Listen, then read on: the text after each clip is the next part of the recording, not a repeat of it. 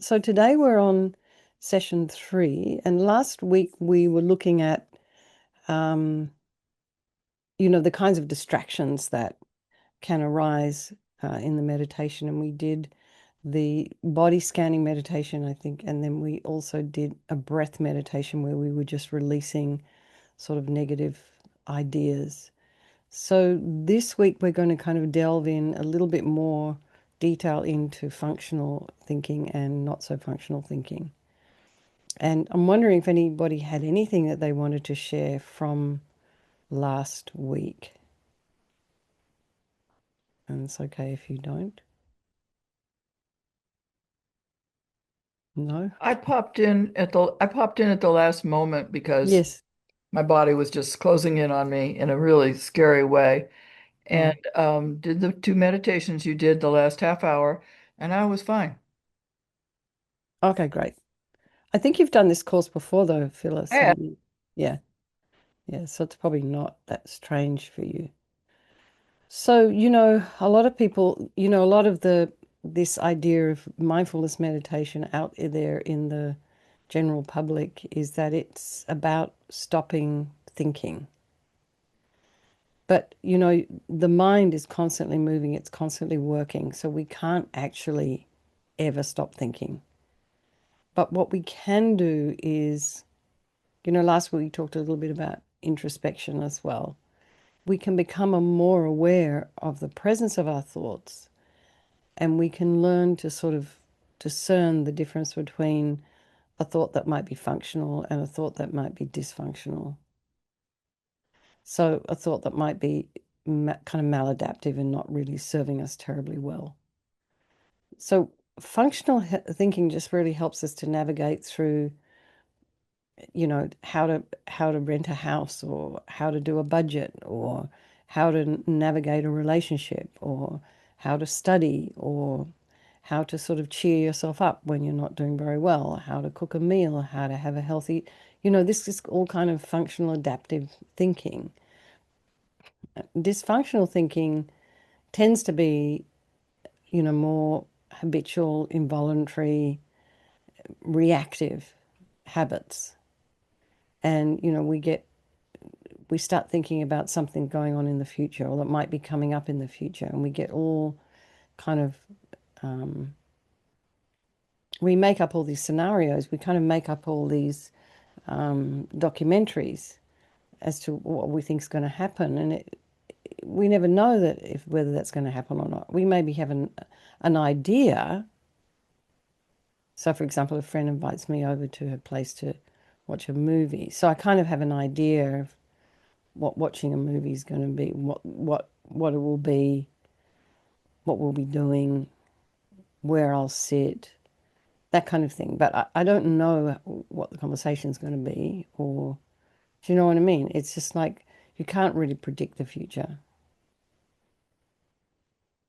So when we're kind of getting all involved in all our dysfunctional thoughts, it keeps us really stressed out, and it's mm, sometimes it affects your sleep, it affects the way you work, it affects the way you interact with people. So the more we become aware of what's going on in the mind, the better we are able to deal with it.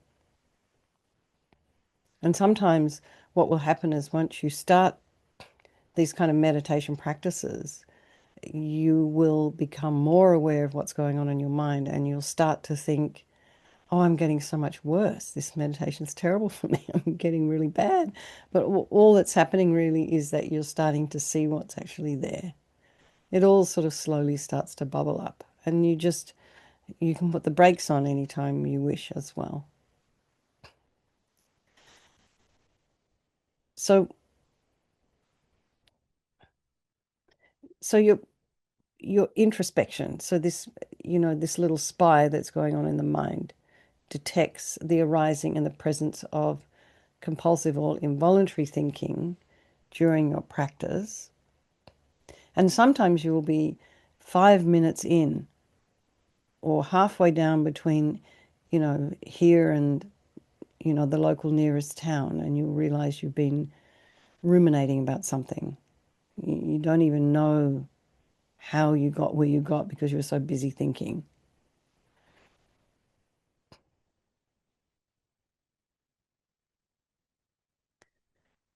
So what you do is you sort of say to yourself, okay, so here I am. How did I get here? Gosh, look what I've been doing for the last 15 minutes. I've been thinking about something completely irrelevant, maybe making stories up. So here you can make use of this breath meditation.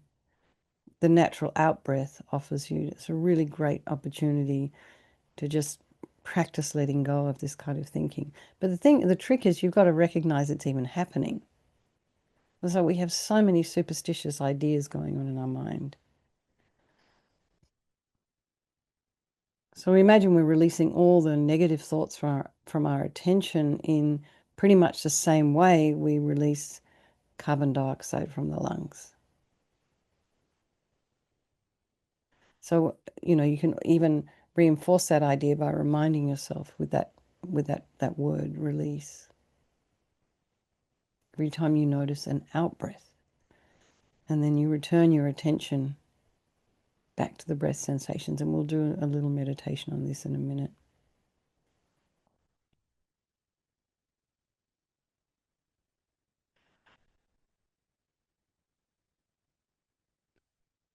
So this kind of being aware of your thoughts, being able to bring your mind back to the breath, they call this sort of stabilization meditation or single point of concentration meditation, can really benefit us.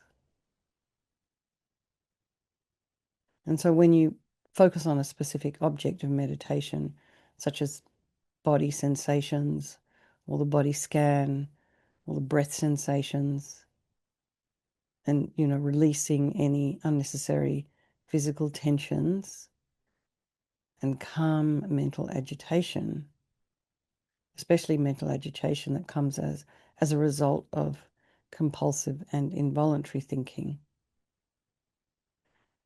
It's a good way that, this is a really excellent way that we can reverse the negative effects of chronic stress, reactivities, so, illness in the body. Enables us to focus our attention a little bit better and just allows the mind to settle, become a little bit more harmonious with ourselves.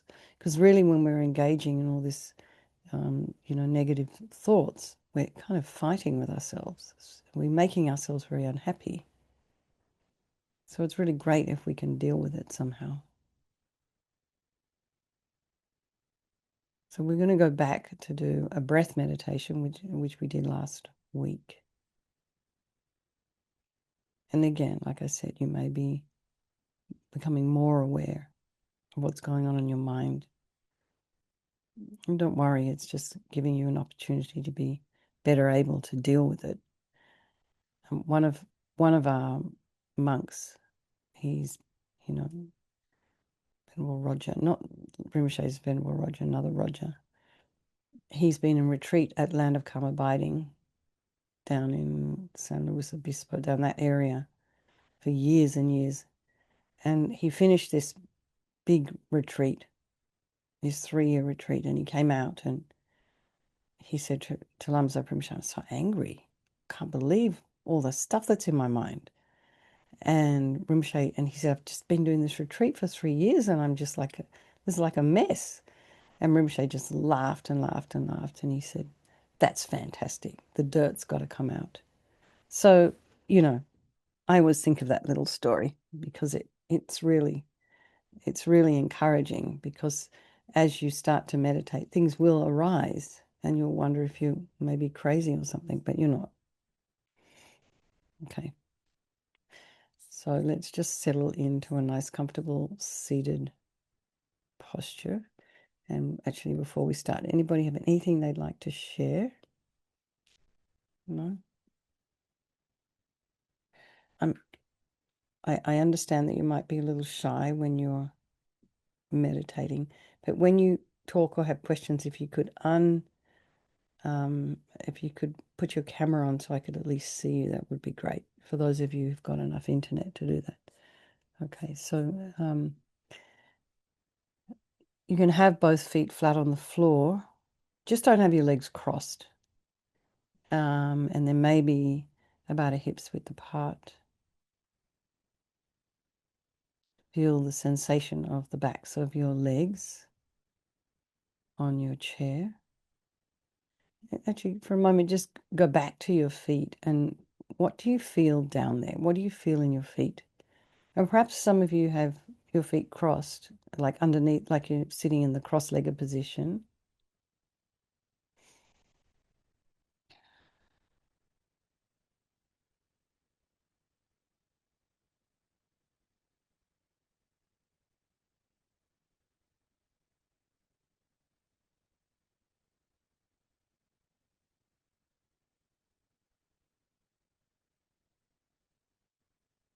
Feel the, maybe you feel texture or weight. Maybe you have, see color even in your mind's eye.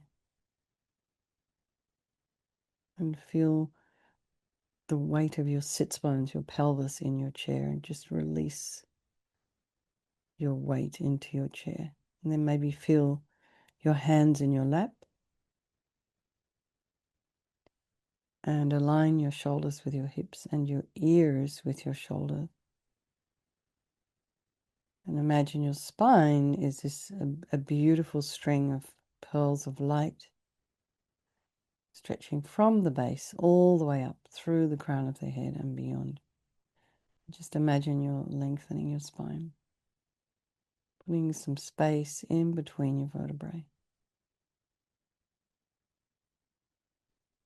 And then just go to the crown of the head and release any tension there.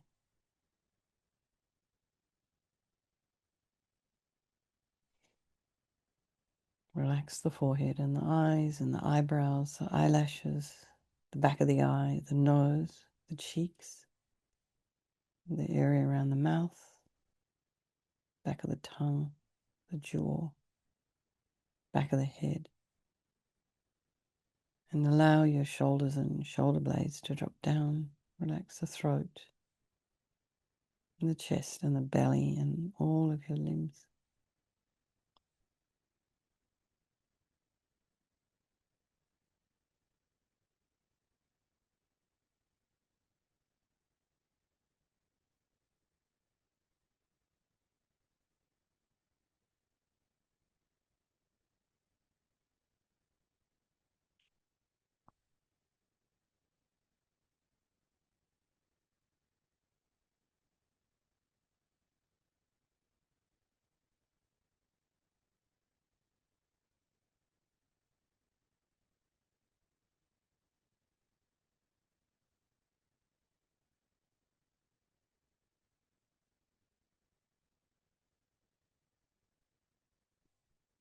And then just be aware of the sensations of the breath as you inhale and exhale.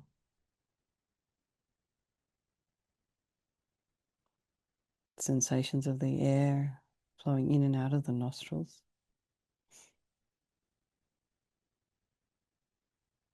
You may feel or notice the sensations around the outside of the nostrils or the base of the nose, the tip of the nose.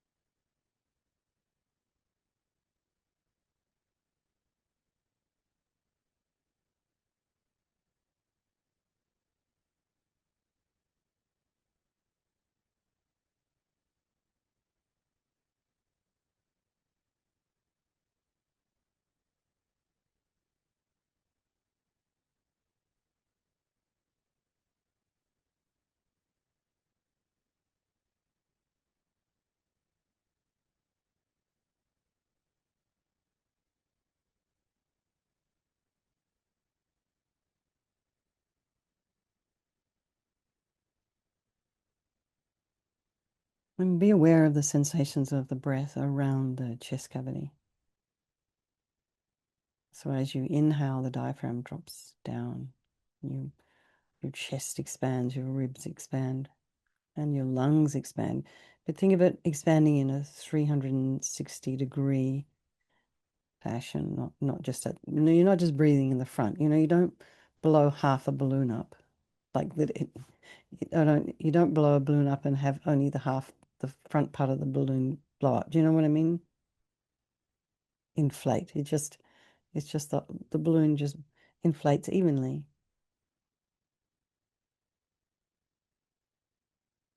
And then you exhale, and the diaphragm rises up again, helping to push out all the kind of the exchanged air. So when you sort of settle yourself down to meditate, you can go through all of these steps really quite quickly. Then you come to just being aware of any possible distractions. And because we're on Zoom, and I know people are on their computers, and usually the phone is nearby as well. People have, watches on that, smart watches. So just be aware of the potential for distraction, sound, dings, phone ringing, notifications on your screen.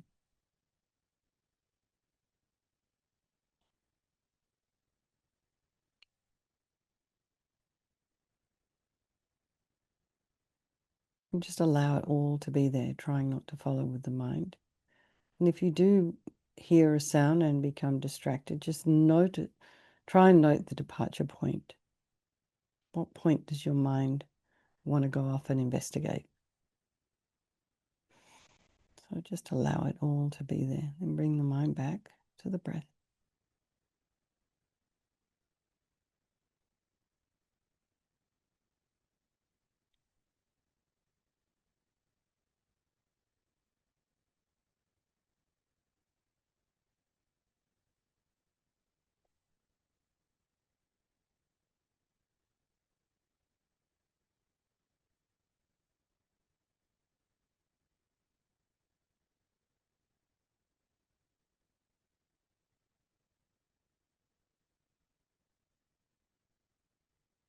And then just check in with your mind this evening. Where are you at? Is your mind busy? Are you feeling relaxed?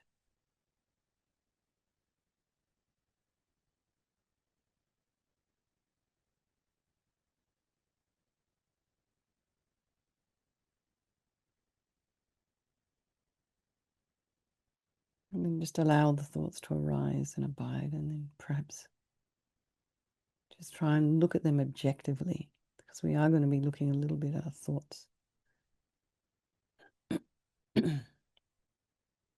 See if you can determine those thoughts and those kind of that stream of consciousness that is actually helpful for you and that which maybe isn't. And one of the beautiful things about mantra, the word mantra means mind protection. So, even if things are just really ridiculous and you can't seem to do anything to help yourself because of this mind, just if you have a mala, just take it and just recite Om Mani Padme Hum. And after a while, things might start to feel a little better, if that's in your practice.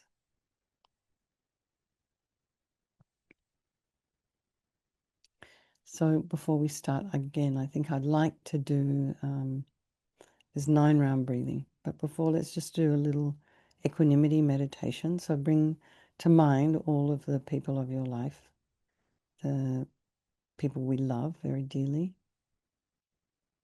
who just like our best buddies, our partners, children. And then we do have people in our life who we don't we kind of have a aversion for them, like someone else might see them as just the most fantastic thing since sliced bread, but we don't see it that way. We see faults. And then there's people who we just don't particularly care about. They're strangers. We might pass them in the airport or going into the shops. They might be irritating us because they're taking too long at the checkout. But really interestingly, all these relationships are interchangeable due to impermanence. They can change any minute.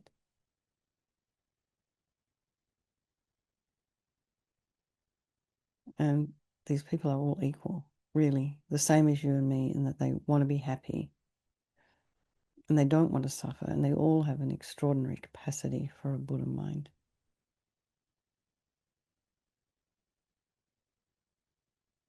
So we think we'll do all of these practice tonight, this, this mindfulness meditation course for everybody, for these people of our life and all sentient beings. And of course, some of you here don't know Lou, but he has kidney cancer, and he's been quite happily talking about it in the classes, and he's seems to be coming towards the end of his time on this planet. So just having some thoughts for him as well. He's also done a lot of hosting and volunteer work for Tubta Nobuling. So now come back to return your attention to your body, just becoming in touch with the simple sensations there, and just settle yourself into meditation if you're not already there.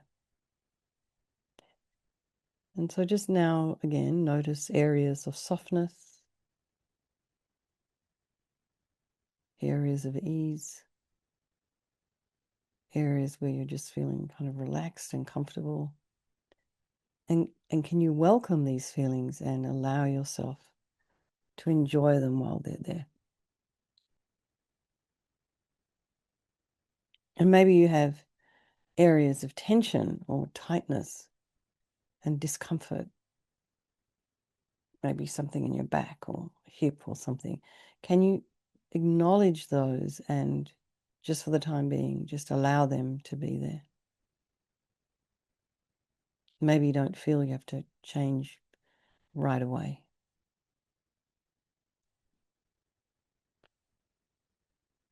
And come back to your face. Just,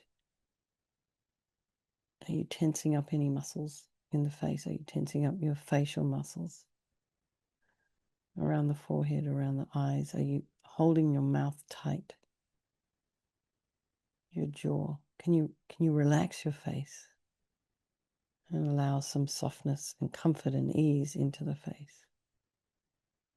And just now, again, allow all this softening and relaxation to spread on its own to the rest of the body. Just helping your body to settle into meditation. You can't force yourself to settle into meditation. You sort of have to allow yourself to get there. And the more familiar you become with meditating, the more familiar that pathway will be. But you have to give yourself time. So now all these different bodily sensations, we've been looking at softness, a little bit maybe discomfort, and now refocus on your breathing, the sensations associated with your breath. Come back to the nostrils as you feel the air flowing in and out of the body. Move down to the chest and feel the inflation of the lungs, the chest expanding, the ribs expanding, the back body expanding. You may also feel the rising and the falling of the belly.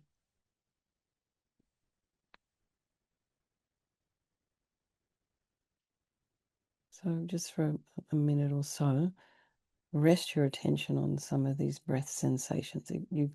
I would choose just one at a time, otherwise you're going to get confused. So, for some people it might be the belly. For some people you might want to focus on the chest cavity, others the nostrils.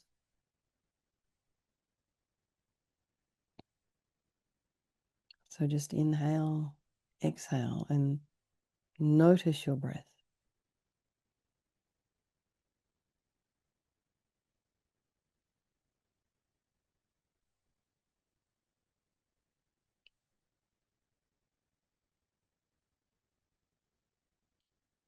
breath, our breathing, our breath is the most intimate relationship we're ever going to have.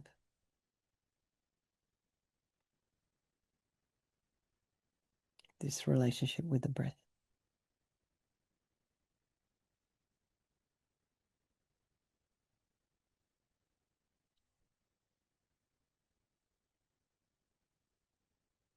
We take our breath for granted. And it's, one day where you can't really breathe. That's when you realize what a wonderful thing breath is.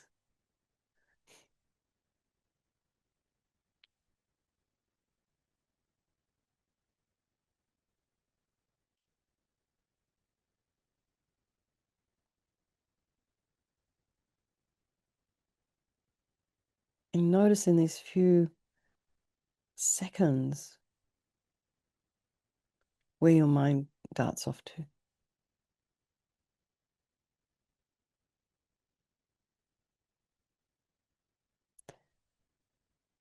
So as we're resting our attention on our breath and as we notice we're thinking, every time you exhale, use this as an opportunity to release. Releasing anything unhelpful, anything that is unwanted.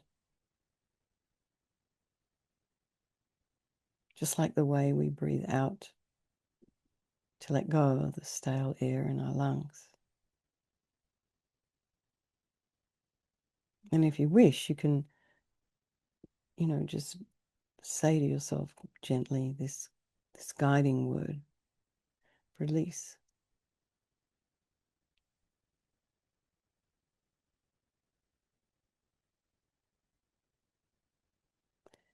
It can also be a release of any unwanted thoughts, any maybe dysfunctional kind of thoughts, or that might be disturbing you, or busyness, overthinking things. You can also remind yourself your body doesn't have to hold on to unnecessary tightness. Your mind doesn't have to hold on to unnecessary contraction. We can let go of fantasies, memories, thoughts.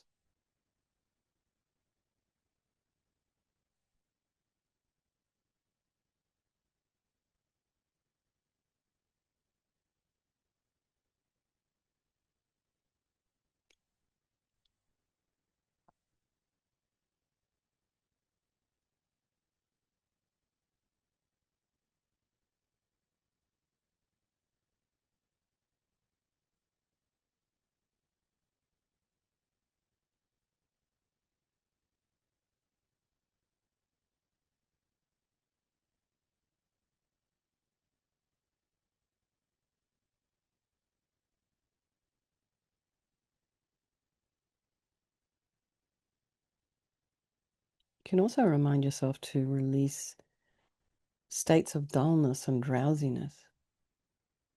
If you're able to catch it, and just allow these kinds of states to flow away with the out breath.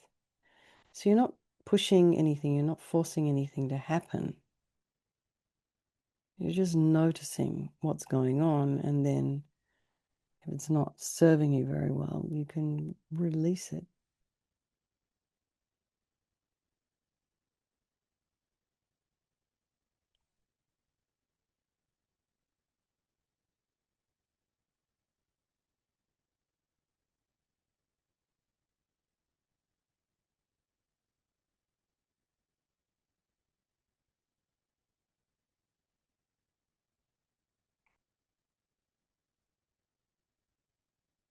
So when you notice your attention is distracted somewhere else, your mind has traveled, or you're feeling sleepy,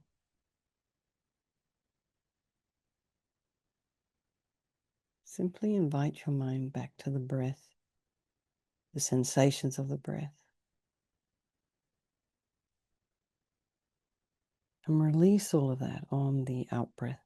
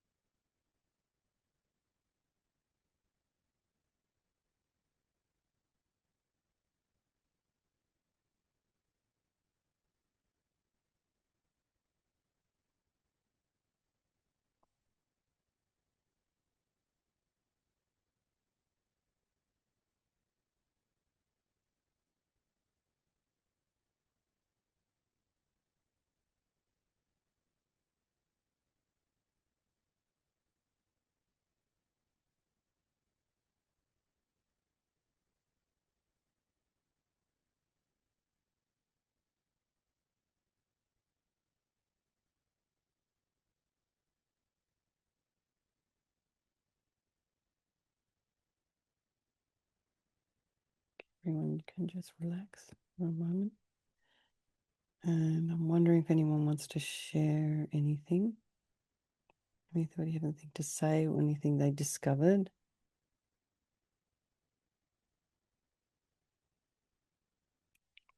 Did you guys get more shy after last week? I don't know.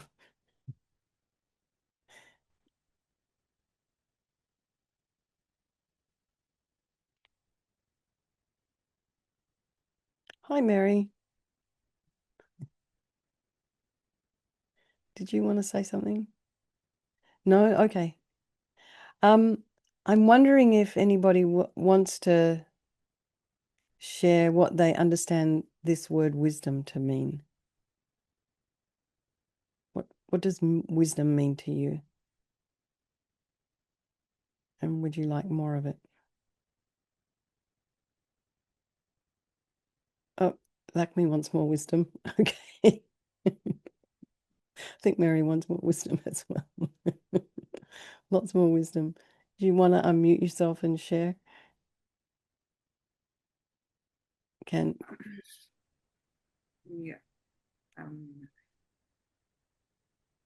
uh, I've been listening to a lot of Dharma teachings. Of course, it's not my own, because I've been listening. Uh, I was listening to this just yesterday. There's the difference between knowledge and wisdom, right? Knowledge is something that we um, acquire. Wisdom is something within us which we use. I think which we use appropriately at the right time. I mean, that's the basic I have understood about wisdom. so you're talking about discernment as well, being discerning, perhaps in some way.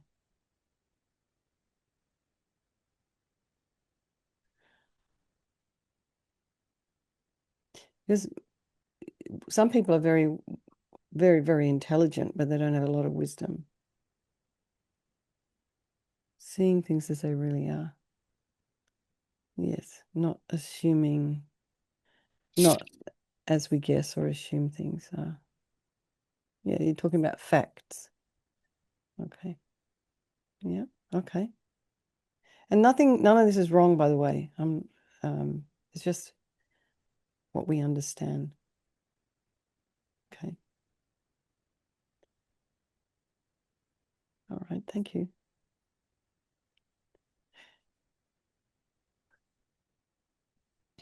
So in this particular context, in this course, wisdom is referring to a quality, a mental quality that clearly discerns good qualities and maybe flaws of an object under examination. So the mindfulness helps us to hold our attention onto the object and to sort of investigate it and analyze it. And when we come to a conclusion regarding that object, the mindfulness familiarizes with that conclusion to deepen our understanding and knowledge of the object. So we're just making decisions.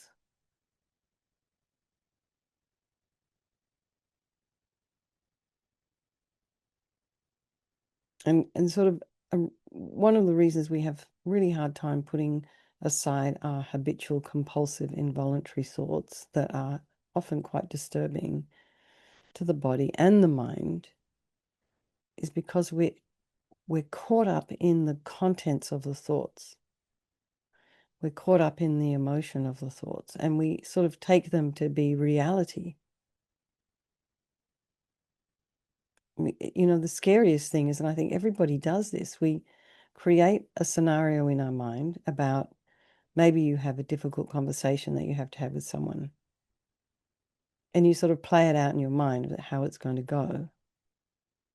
And then maybe you get emotional about that conversation and you haven't even had it. You've just created it in your mind. This is just on a continuum of insanity and madness. I think sometimes it's a good idea, if you're having a lot of thoughts, is to write the thoughts down on a piece of paper and read them back to yourself when you've calmed down. And it will look like a crazy person.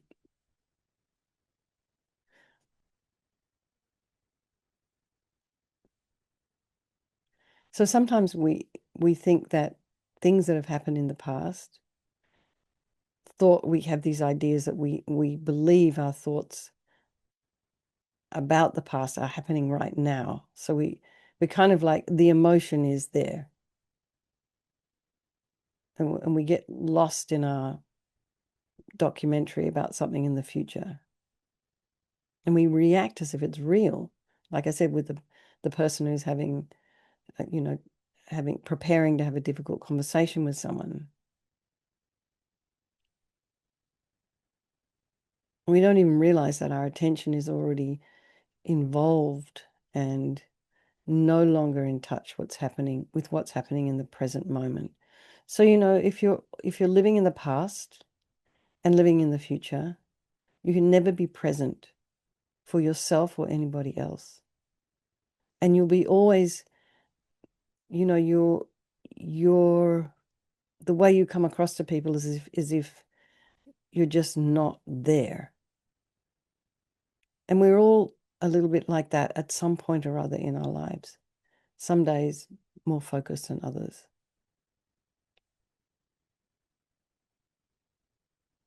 So when you combine mindfulness and discerning wisdom, you can learn to differentiate between the different types of objects, thoughts, things our mind engages with. So, such as, when we follow the sensations of the breath, the sensation of the soles at the bottom of the feet. We hear sound. Maybe we think in words or images or color. Most of us are not particularly tuned in to the power of our own thinking. We don't particularly recognize this impact that we have on ourselves when we're constantly feeding back, gosh, why did you do that? That was so stupid. I'll never be able to. I'm not lovable. I'm never going to. This is impossible. Well, this kind of talk, we think, because we're talking to ourselves, we're not speaking out to anybody, we're just thinking, but we're impacting ourselves. Like I said, it's not, everyone does it. And the point here is to become a little bit wise. It's like you're very careful about what you put in your mouth. Now we have filters, shower heads with filters in them. Now we have filtered water. We eat organic food because we want to know where the food came from. Our local store down the road tells you how far away, where the vegetables came from and how far away it was. So for people who are sort of concerned about, the environment, they can choose to buy vegetables that were grown just down the road, which is fantastic.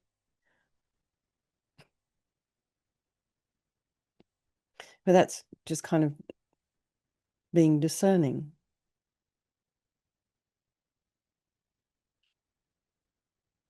So we can go into so much detail about what we put into our mouths, how we wash ourselves. Why not be as careful, as mindful about what we're thinking, what we're putting into our heart? about ourselves. And we use all of our wisdom to take care of our body. We often don't use much of our wisdom to take care of our mind.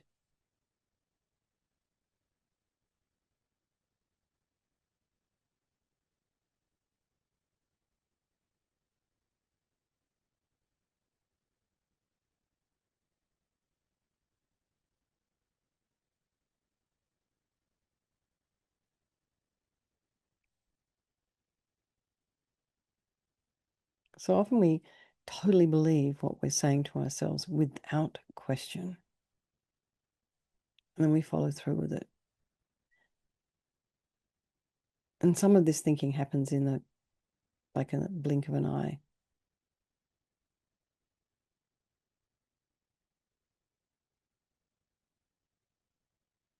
And sometimes you follow through with things that you say things or do things you maybe wish you hadn't. But we can train ourselves. We can train ourselves to be mindful of our thoughts.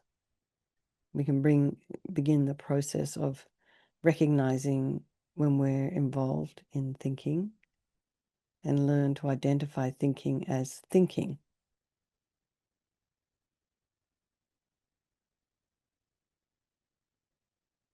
So when you discern thoughts as just thoughts, it helps us to put the contents of those thoughts into perspective.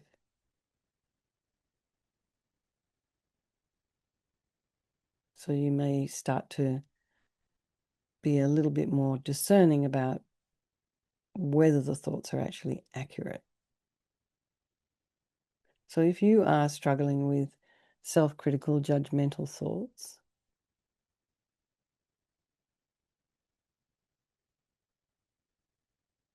you can learn to regard all of these self-judgments in our thinking as just thoughts and not reality.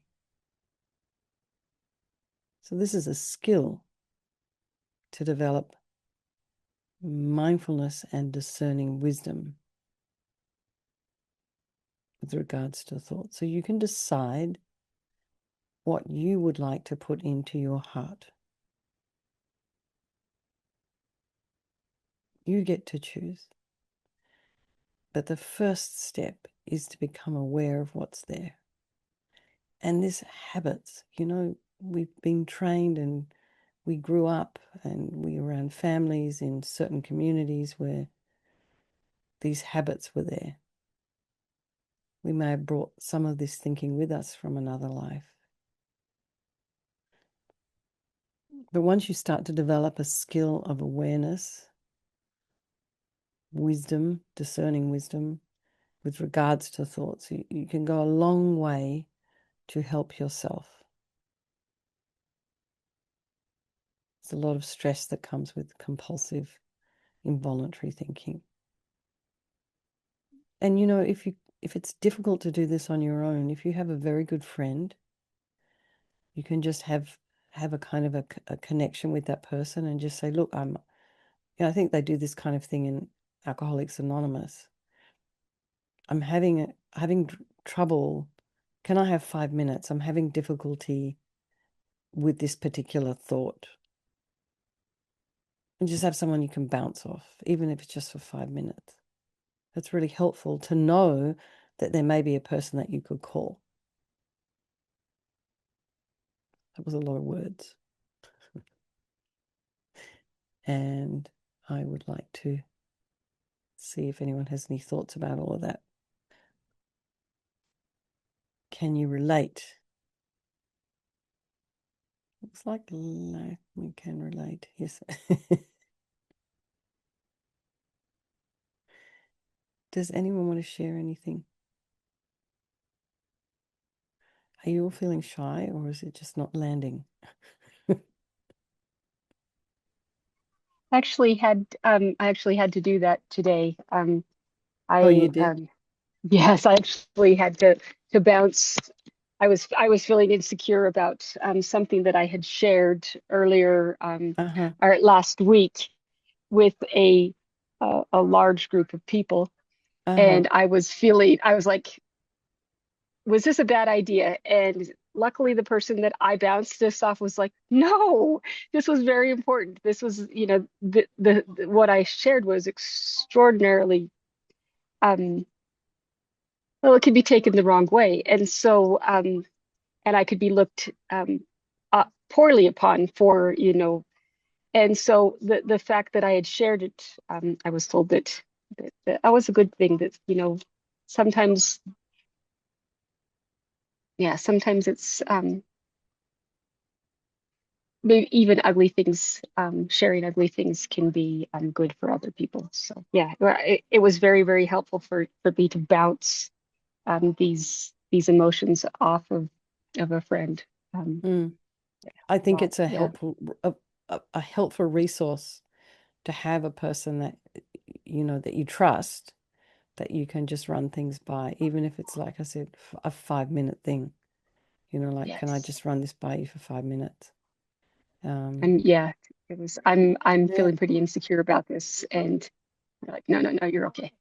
Calm down. And do you Get feel out of your better head. now? Get out of your own way. I do. Yeah. I was Okay, told, get great. out of your own way. And so, Exactly. yeah. Get out of your own way. Get out of Katy, get out of my way. Yeah, exactly. Okay. Thank you for sharing that, Shayla. Anyone else?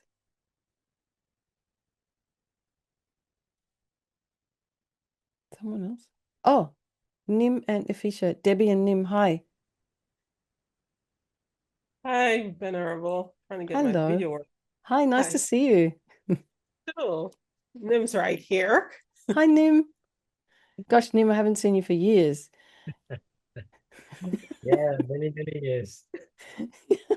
Oh, I just wanted to share that sometimes I share with myself. So Oh, not, interesting. yeah, I just like have a real conversation out loud with myself. Uh-huh. Like, listen, if this were somebody else, this is what you would do, or this is a situation. Because I think sometimes I don't need to say stuff to people, but if I hear it out loud, like you said, then I Yeah. can see the stupidity of or the absurdity in what I've done or what I've said, or that it wasn't that bad. It's just all the negative thoughts, all the rumination is just really in my head when I say it out loud. Then it's really, it sounds different. So I think sometimes I don't need somebody to share with, or I mean, I can share it with them, but sometimes I just need to speak out loud to myself in a space because Yeah. that feels safer more often than not. Maybe, yes. Yeah. That might be a safer option. It depends on what it is. And I also like this idea of writing all of those thoughts down on a piece of paper and then reading them back to yourself tomorrow, the next day, and just like, gosh, that's a certain level of crazy. But they do say that highly intelligent people talk to themselves and talk out loud, talking through problems. So there you go. Yeah. Thank you. Thanks, guys. Lakme, you just look like you're about to burst through the screen there. Do you have something you wanted to share?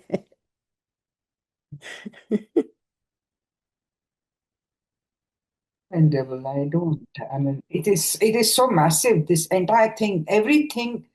Every experience, there is so much to learn, so much to introspect.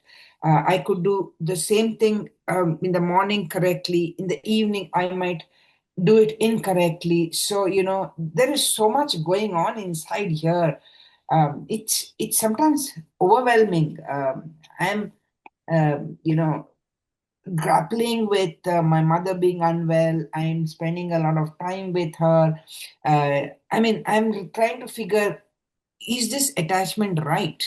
Is what I'm doing right? I'm already always questioning myself. So Oh, there is okay. there is so much, yes, I feel I'm very fond of her now, because of her ill health. She's helpless. But I'm questioning. I mean, what is this that is behind my attachment? So, there's so much going on in me. So, am I able to use my wisdom in the right manner? So, yeah, I'm in this ocean.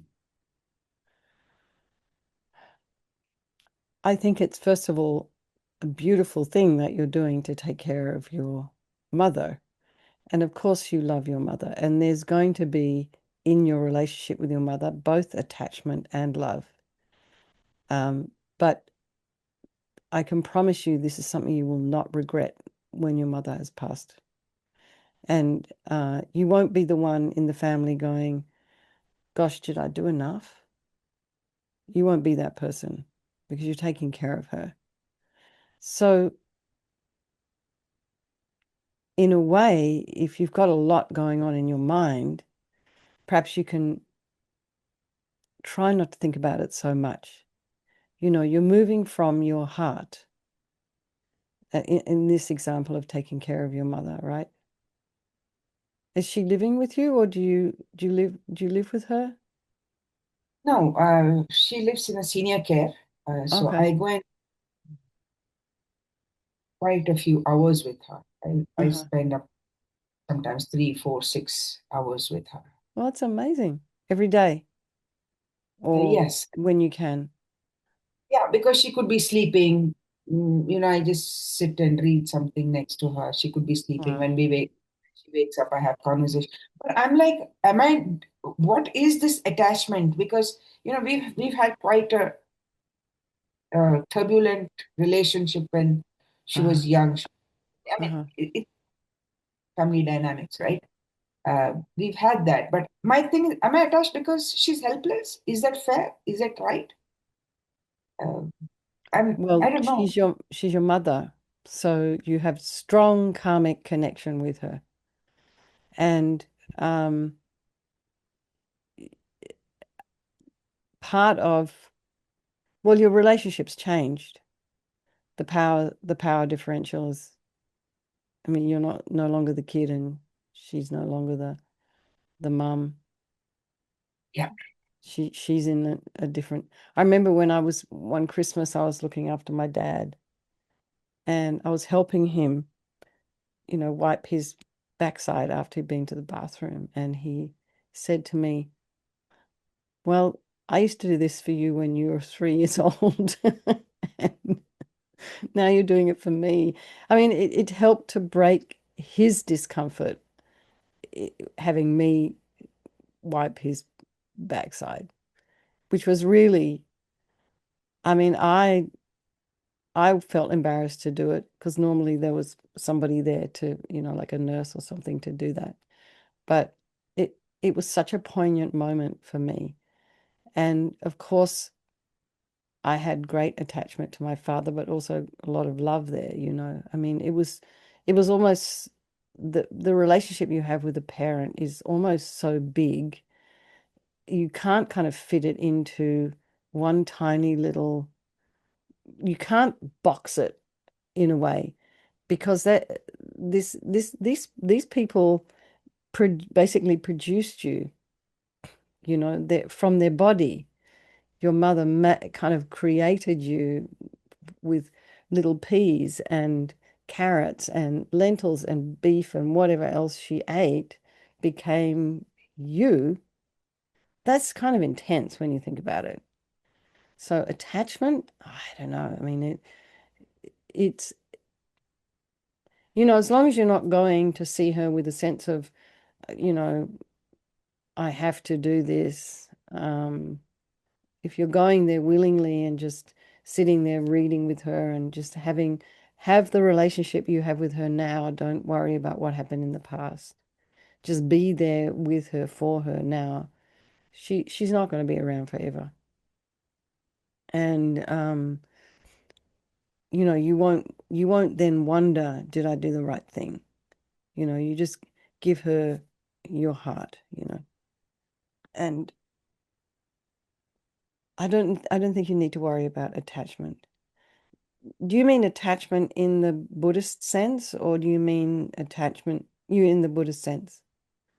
I mean, I think depends also to what teachings you've been listening to, but um attachment, I mean, we all have a lot of attachment to our loved ones.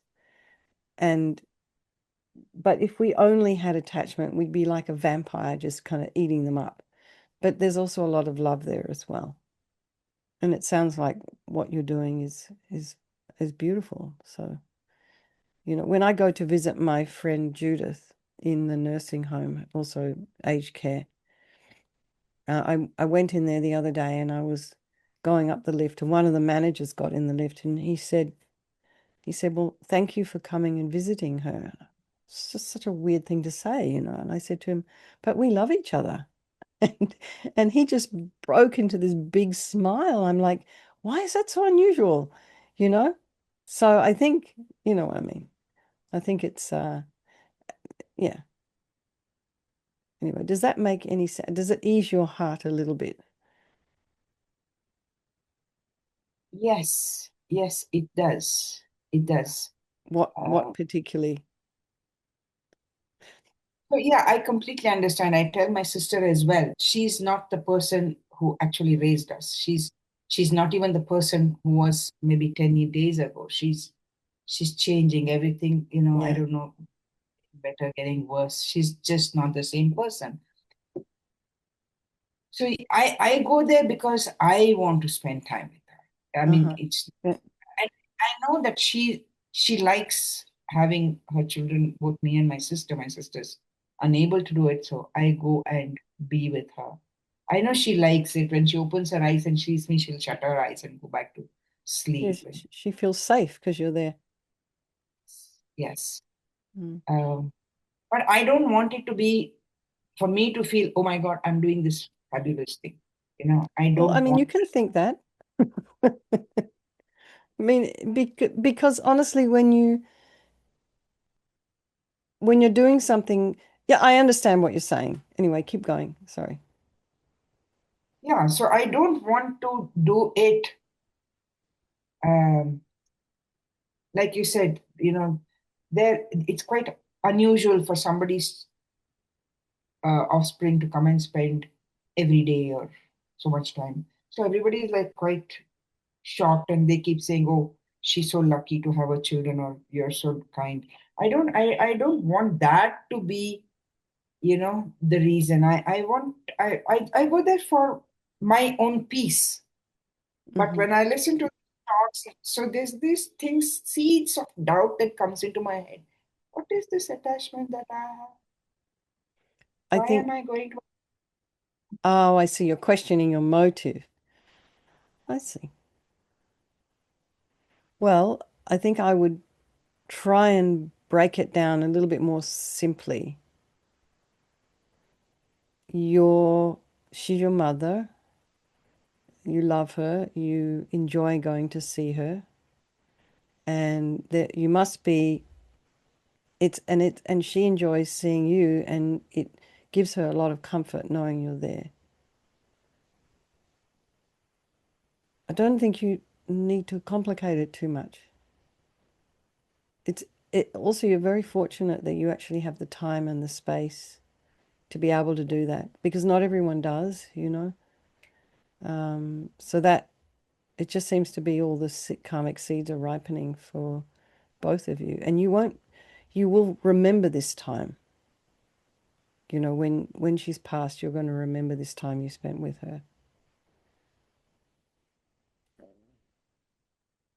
You know, and I think it's totally fine, but try not to, in a way, try not to think about it too much. It's perfectly okay to have attachment and love for your mother. And, some days your motivation is going to be out of a sort of a sense of responsibility towards her. Other times it's going to be because you really want to go. But every day is going to be different.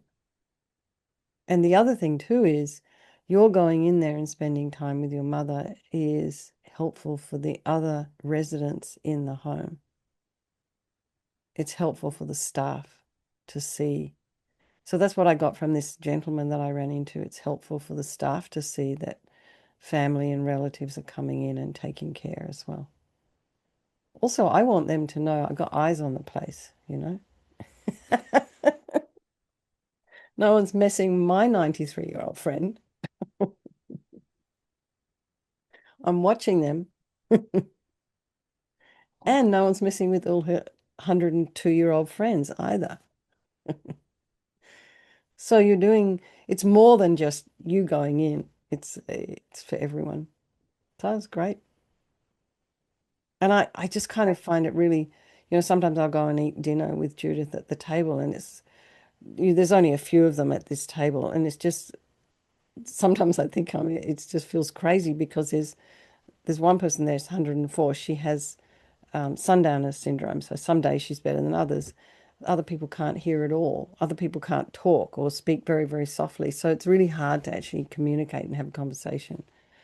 So this is where I think it would be really, really beneficial to have multi-generational kind of facilities where everybody can live together. I mean, I don't know.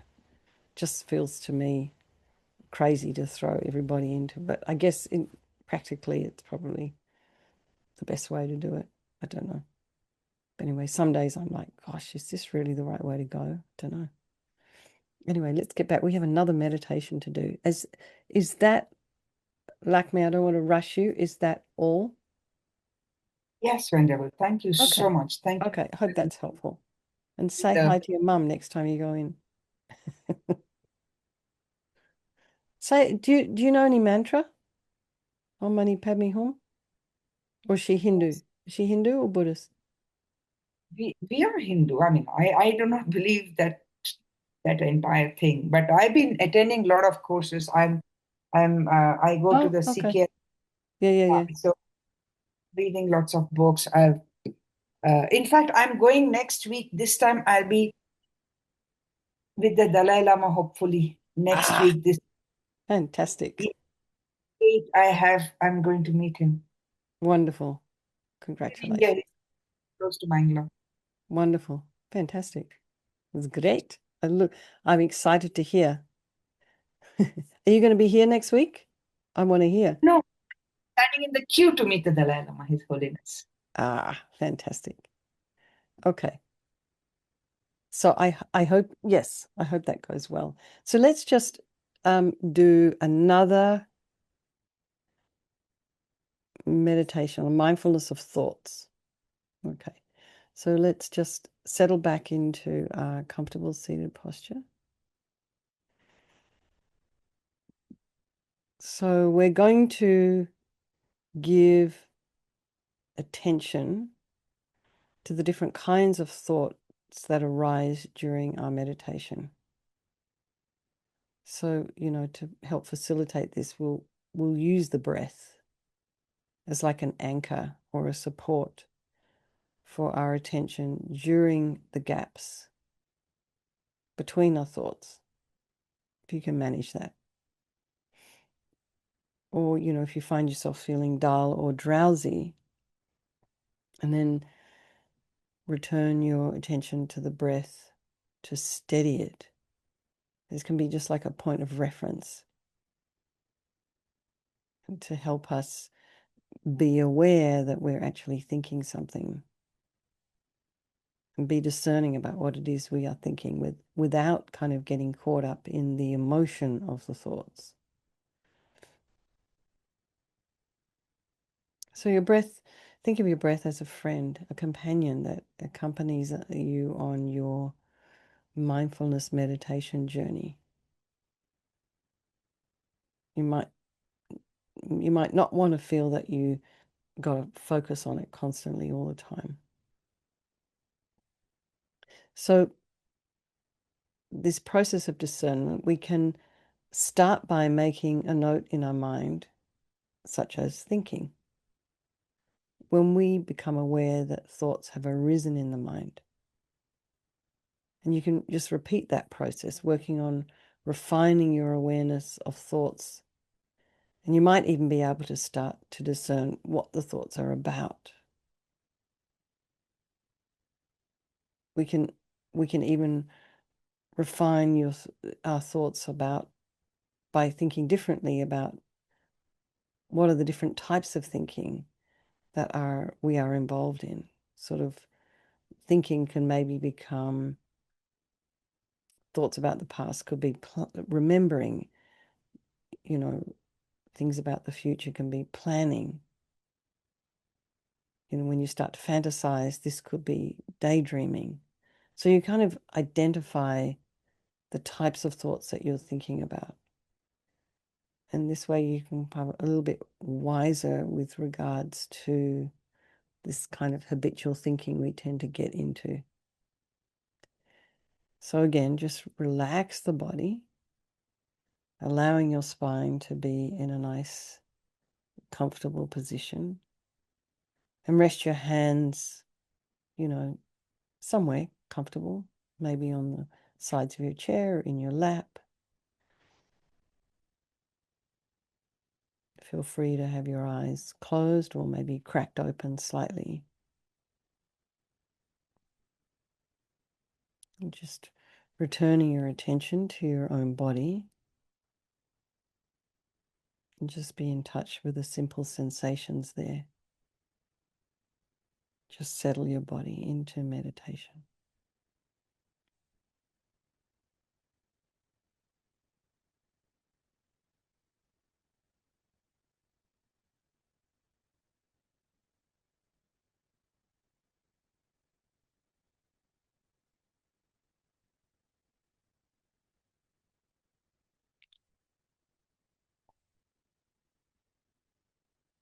And notice areas of softness and ease and relaxation.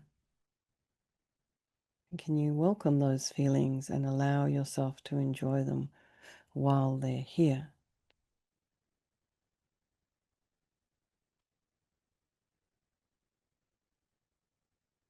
And then notice areas of tension or tightness and maybe discomfort. Excuse me. And can you simply acknowledge those for the time being? Maybe you don't have to change immediately. Now come to your face. How relaxed is your face right now? Are you tensing up any of your facial muscles? The forehead, around your eyes, your jaw. And can you just very gently relax your muscles and let in a different feeling?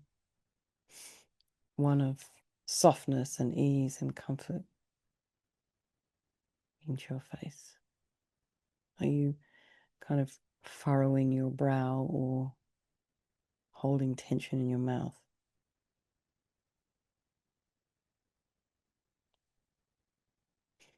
And so just allow this softening and relaxing to spread on its own to the rest of the body, helping the body to settle into meditation in its own time.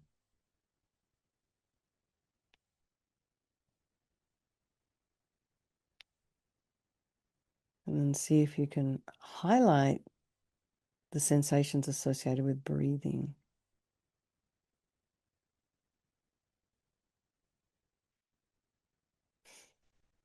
So the nostrils again, feeling the air flow in and out of the body.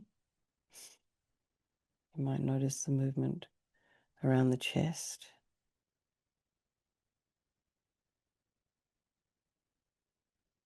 You may notice the movement of the abdomen.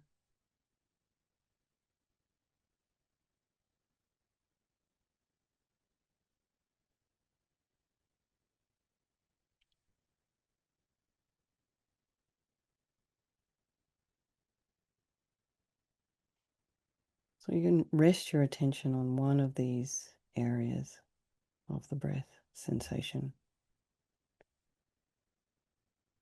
Just allow yourself to experience your breath.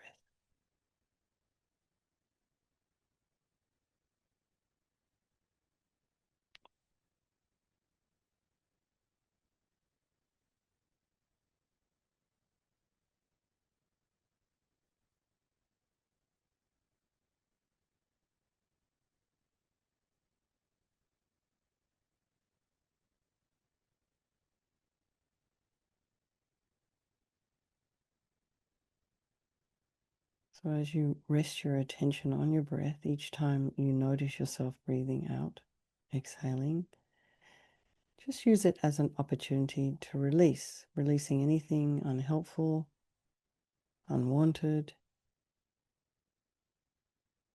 Just the same way you release the air to let go of,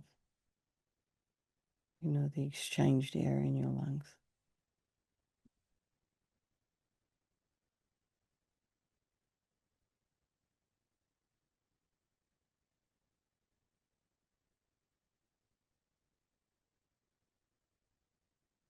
You can also use your breath to remind yourself to release any tension in your body.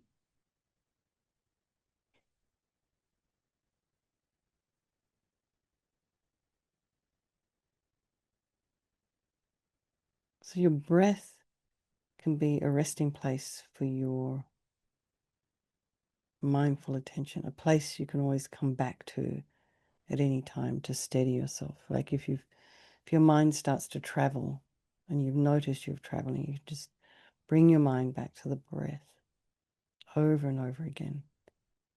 So this is in the Theravada tradition, in the Vipassana tradition, you're just, the first 4 days of a 10-day course, all you're doing is focusing on the breath. You're learning how to concentrate.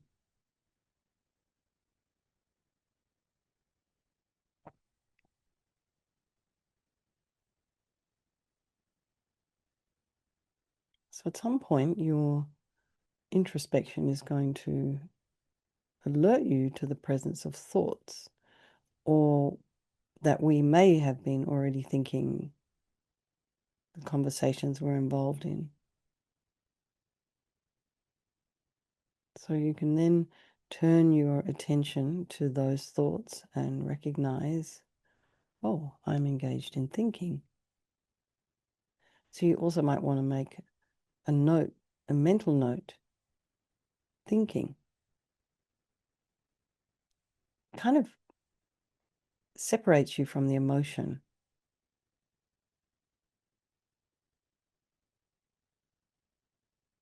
And so without getting entangled in the contents and the emotion of the thoughts, we can gently return our attention to the breath and release those thoughts on the out-breath. So we'll just practice that for a little bit. Just focus on your breath.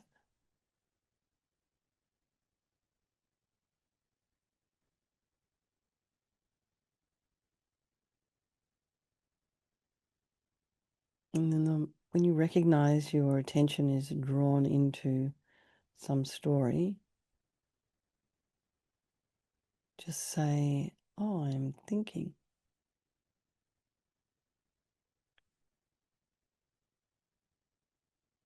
That's thinking. You don't have to have opinions about what it is you're thinking or have another story about it. You're just thinking.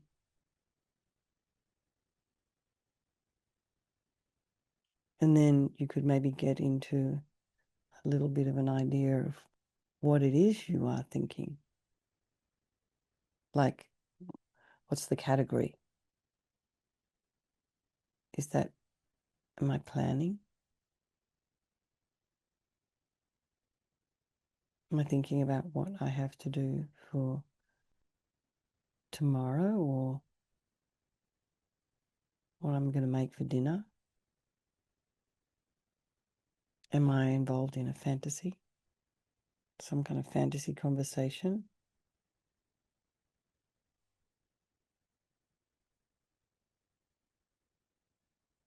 It takes the emotion out.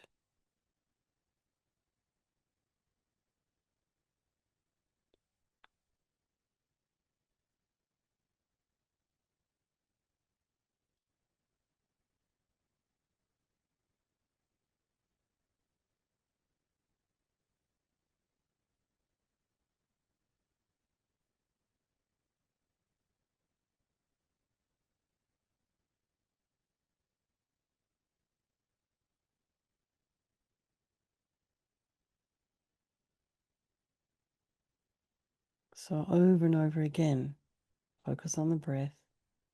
Could be a sensation at the base of the nose, for example. And when you recognize your mind has been drawn into a conversation, take a note of that. I'm thinking.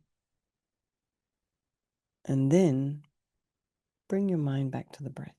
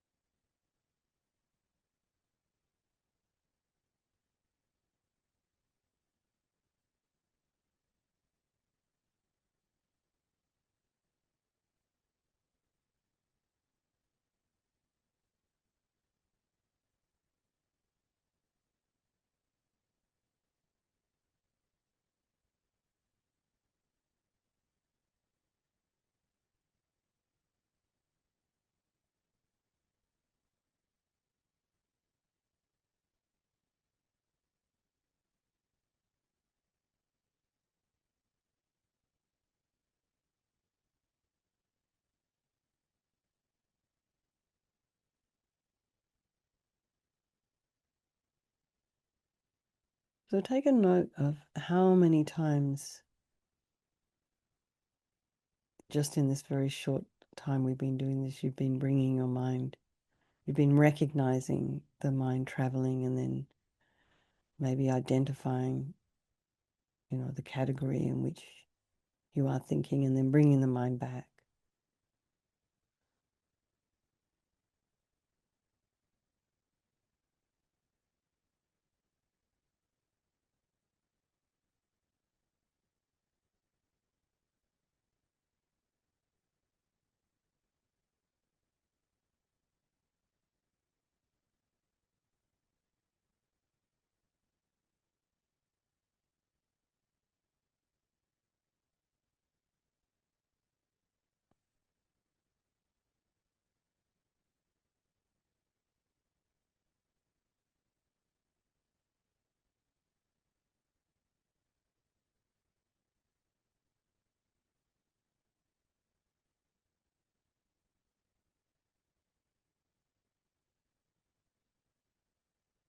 Everybody, I'd like you to start to feel the sensation of your feet on the floor. Bring your attention back to your feet. Feel the sensation of your hands in your lap and your sits bones in your chair. And then underneath closed eyelids, imagine your eyes are looking down at a 45-degree angle. And then you can just crack them open a little bit to allow some light in. And then when you feel ready, you can just open your eyes. We've been sitting here talking about meditating and meditating for an hour and a half. So you're going to be a little altered. So I wouldn't suggest that you run out right now and drive your car anywhere. And maybe drink some hot water. Have something to eat.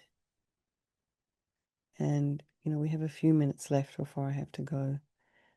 But does anyone have anything they'd like to just say before you go?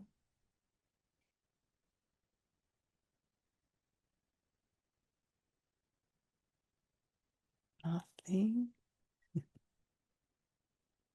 Everyone's so shy tonight. What's going on?